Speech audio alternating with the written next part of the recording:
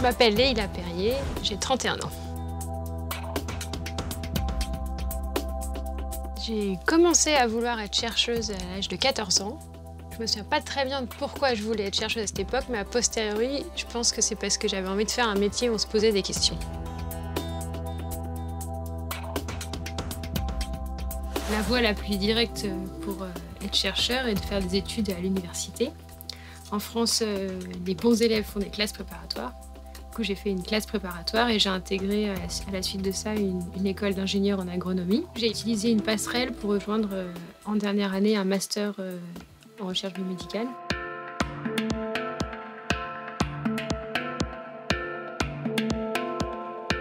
En 2010, j'ai reçu le prix Jeune chercheur de la Fondation Bettencourt-Schuller qui m'a permis de partir faire un post-doctorat aux Pays-Bas.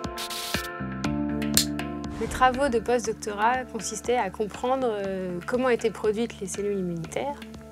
En particulier, on a mis au point des techniques qui permettent d'analyser ce que deviennent chaque cellule individuelle et d'où elles proviennent. Par exemple, on a montré que les cellules souches ne produisent pas toutes les mêmes cellules immunitaires. Certaines produisent un certain type de cellules et d'autres un autre type de cellules. Elles ne sont pas toutes équivalentes. Lorsque j'ai appris que j'étais sélectionnée dans le cadre du programme ATIP-Avenir soutenu par la Fondation Bettencourt-Schuller, j'étais très contente car cela va me permettre de montrer mon équipe de recherche et cela montre aussi qu'une femme jeune a les compétences pour monter son équipe. J'ai voulu rentrer en France parce que la France m'a offert cette possibilité, ce qui n'a pas été le cas dans d'autres pays.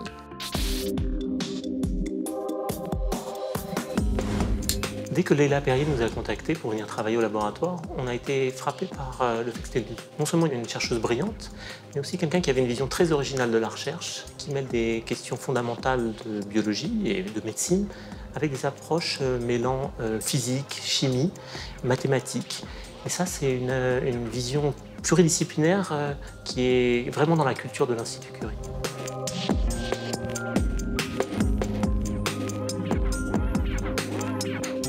Le but de mon projet soutenu par la Fondation Bettencourt-Schuller consiste à retracer l'arbre généalogique des cellules immunitaires, notamment chez l'homme, pour comprendre d'où les cellules viennent, qui est la petite sœur de qui est la grand-mère ou la cousine, si on doit faire une comparaison.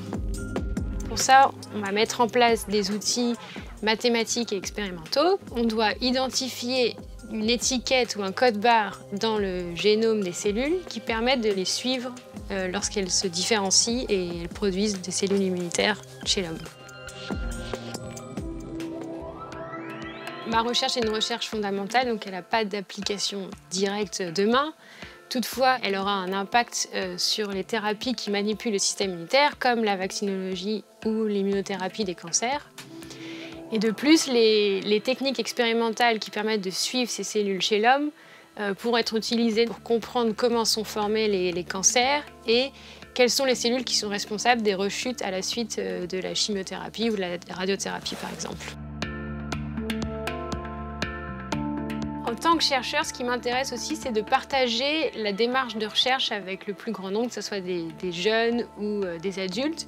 Parce que je pense que dans la pratique de la démarche de recherche, on apprend aussi à être un bon citoyen. Parce qu'on apprend à se poser des questions, à avoir des arguments critiques, à débattre et à raisonner, ce qui peut être utile dans nos sociétés aujourd'hui.